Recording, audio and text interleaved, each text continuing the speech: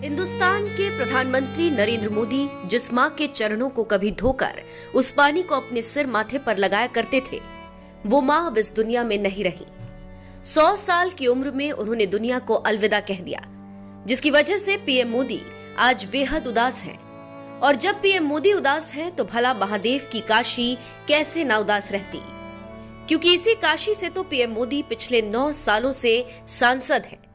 और अब तो काशी और मोदी के बीच कुछ ऐसा रिश्ता बन गया है, वो इस काशी के लाडले बन गए हैं। यही वजह है कि आज जब मां के निधन की वजह से पीएम मोदी पर दुखों का पहाड़ टूटा, तो महादेव की काशी भी उनके साथ खड़ी नजर आई।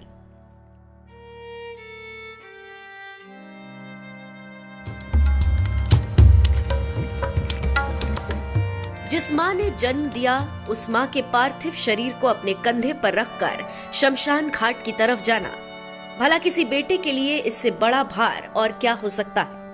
और आज देश के प्रधानमंत्री नरेंद्र मोदी ने भी ये भार उठाया, क्योंकि प्रधानमंत्री के साथ साथ वो एक मां के बेटे भी हैं। यही वजह है कि उन्होंने सबसे पहले एक बेटे का फर्ज निभाया और मां के अंतिम संस्कार में हिस्सा लिया। उसके तुरंत बाद देश के प्रधानमंत्री का भी फर्ज निभाया और बंगाल में विकास से जुड़े प्रोजेक्ट को हरी झंडी दिखाई। अपने सांसद मोदी को एक बेटे के साथ साथ प्रधानमंत्री का भी फर्ज निभाते हुए देखकर काशी वासियों का भी सीना गर्व से चौड़ा हो गया और दिल से अपने सांसद मोदी की तारीफ की। आप भी सुनिए काशी के लोगों ने पीएम मोदी के बारे में क्या कुछ कहा। प्रधानमंत्री नरेंद्र मोदी ने अपने जीवन में हमेशा आदर्श प्रस्तुत किया और ये उच्चतम आदर्श की स्थिति उन्होंने अपने माताजी से ही सीखी थी। आज उनकी माताजी का निधन हो गया। आज दो बड़ी घटना है। एक तो आज ही के दिन 30 दिसंबर 1943 को नेताजी सुभाष चंद्र बोस ने आज़ाद हिंद सरकार के माध्यम से अंडमान निकोबार द्वीप समूह को आज़ाद कराया था और आज़ादी का झंडा लहराया था। आज के दिन प्रधानमंत्री नरेंद्र मोदी जी की मां का हीराबेन का निधन हुआ और इनके जाने से दुखी तो सब है, लेकिन प्रधानमंत्री जी ने ये संदेश जरूर दे दिया कि चाहे जितनी भी व्यक्तिगत परेशानी हो, हम देश का काम को बाधित नहीं होने देंगे। इसलिए जैसे ही उनको राष्ट्र का काम पड़ा, उन्होंने एक बेटे के रूप में उनको अंतिम विदाई दी, वहाँ जाके दाह संस्कार किया और उसके तुरंत बाद वो फिर पश्चिम बंगाल का कार्यक्रम था, उस कार्यक्रम में वो भाग लिए। उन्होंने पूरे देश के लोगों से अपील किया। तो उन्होंने जो व्यक्तिगत ज़िंदगी में जो आदर्श प्रस्तुत किए हैं, ये आदर्श हम भगवान श्री राम को ही देखते हैं कि भगवान श्री राम ने अपने जो मानवीय रूप में लीला की, व्यक्तिगत ज़िंदगी में जो आदर्श उन्होंने प्रस्तुत किया, वही आदर्श नरेंद्र मोदी जी प्रस्तुत कर रहे हैं। तो निश्चित रूप से यह भारत का उच्चतम आदर्श है और यह धन्य है भारत माँ। और माँ हीराबेन को पूरे भारत के लोग आज दिल से याद कर रहे हैं कि उन्होंने ऐसा बेटा दिया जिस बेटे ने भारत माँ को अपनी माँ समझा और अपनी माँ से बढ़कर भारत माँ को समझकर उसकी सेवा करने में लगातार लगे। पूरी दुनिया में भारत का नाम रोशन किए, धर्म स्थलों का उन्होंने विकास किया। बाबा विश्वनाथ हो, चाहे अयोध्या की नगरी भगवान श्री राम की नगरी हो, तो अपनी माँ से उन्होंने जो उच्चतम आदर्श सीखा, आज उनके नहीं रहने पर भी उस उच्चतम आदर्श का उन्होंने पालन किया। इसके लिए माँ हीराबेन को भी और नरेंद्र मोदी जी दोनों लोग को भी, माँ बेटे को हम लोग हृदय से स्मृति भी करते हैं, धन्यवाद भी देते हैं। देखिए, हमारे जो प्रधानमंत्री नरेंद्र मोदी जी हैं, वो सच्चे देश सेवक हैं। उनके घर में इतनी बड़ी कैजुअलिटी पड़ी, उनकी माता जी का निधन हुआ। एक बेटे के लिए बहुत ही दुख का विषय होता है अपनी माँ को कंधा देना, लेकिन अपने इस कर्तव्य को पूरा करने के बाद उनका जो कर्तव्य अपने देश के लिए है, उसके लिए वो तुरंत लग गए और उन्होंने लोगों से अपील भी की कि इसके लिए कोई काम काज ना रोका जाए। तो उनको हम एक सच्चे देश सेवक के रूप में देखते हैं।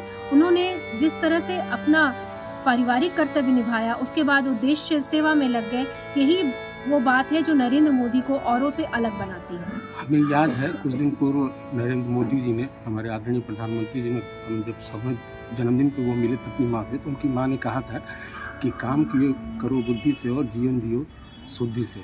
हमको लगता है ये मूल मंत्र है मोदी जी ने कि तुरंत जो है उसमें समय न गंवाते हुए उनकी अंतिम संस्कार किया और पुनः अपने कार्य पे लौट गए, ताकि राष्ट्र का काम बाधित न हो।